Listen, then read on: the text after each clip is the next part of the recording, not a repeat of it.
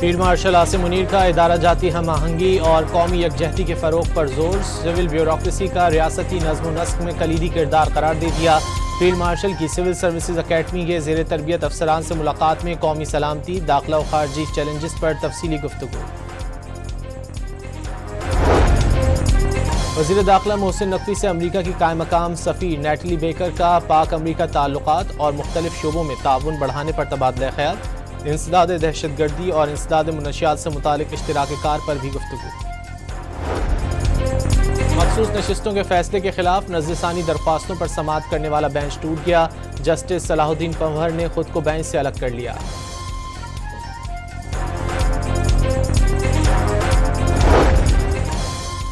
کراچی کے مختلف علاقوں میں ہلکی بارش، محکمہ موسمیات کی آج بھی بادل برسنے کی پیشگوئی، سلسلہ اتوار تک جاری رہنے کا امکان۔ کل سب سے زیادہ بارش گلشن حدید میں 17 ملی میٹر ریکارڈ۔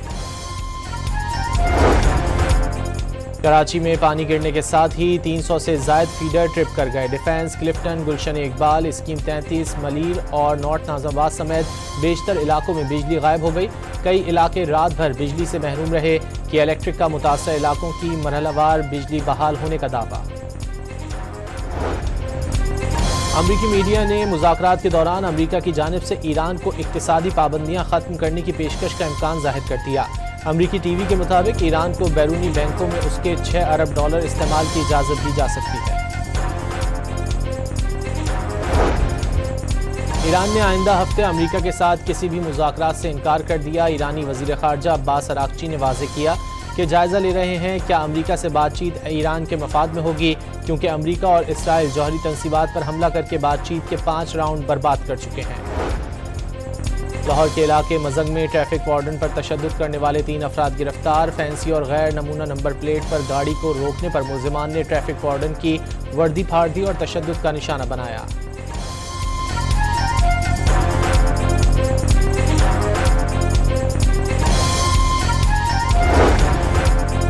امریکہ اور چین کے درمیان تجارتی معاہدہ طے پا گیا۔ امریکی صدر کا آئندہ 2 ہفتوں میں 10 بڑے تجارتی شراکت داروں کے ساتھ مزید معاہدے کرنے کا امکان۔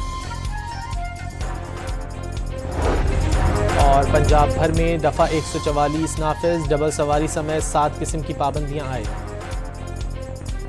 فیلڈ مارشل عاصم منیر کا ادارہ جاتی ہم آہنگی اور قومی یکجہتی کے فروغ پر زور، سول بیوروکریسی کا ریاستی نظم و نسق میں کلیدی کردار قرار دے دیا۔ فیلڈ مارشل کی سول سروسز اکیڈمی کے زیر تربیت افسران سے ملاقات میں قومی سلامتی، داخلہ و خارجی چیلنجز پر تفصیلی گفتگو۔ وزیر داخلہ محسن نقوی سے امریکہ کی قائم مقام سفیر نیٹلی بیکر کا پاک امریکہ تعلقات اور مختلف شعبوں میں تعاون بڑھانے پر تبادلہ خیال، انسداد دہشت گردی اور انسداد منشیات سے متعلق اشتراک کار پر بھی گفتگو۔ مخصوص نشستوں کے فیصلے کے خلاف نظر ثانی درخواستوں پر سماعت کرنے والا بینچ ٹوٹ گیا، جسٹس صلاح الدین پنور نے خود کو بینچ سے الگ کر لیا۔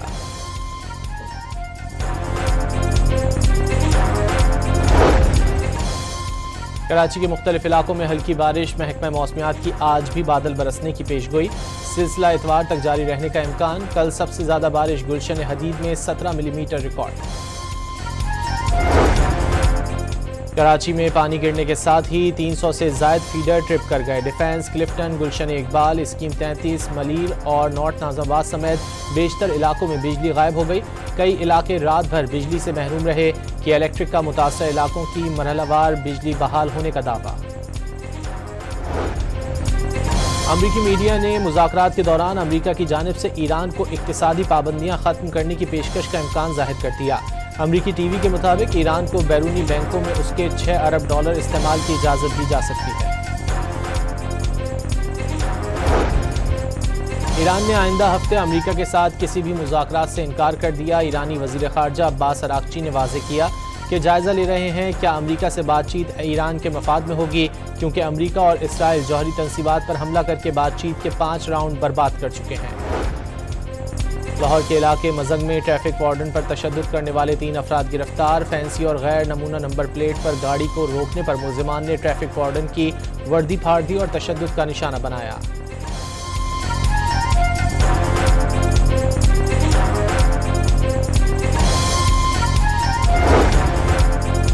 امریکہ اور چین کے درمیان تجارتی معاہدہ طے پا گیا۔ امریکی صدر کا آئندہ 2 ہفتوں میں 10 بڑے تجارتی شراکت داروں کے ساتھ مزید معاہدے کرنے کا امکان۔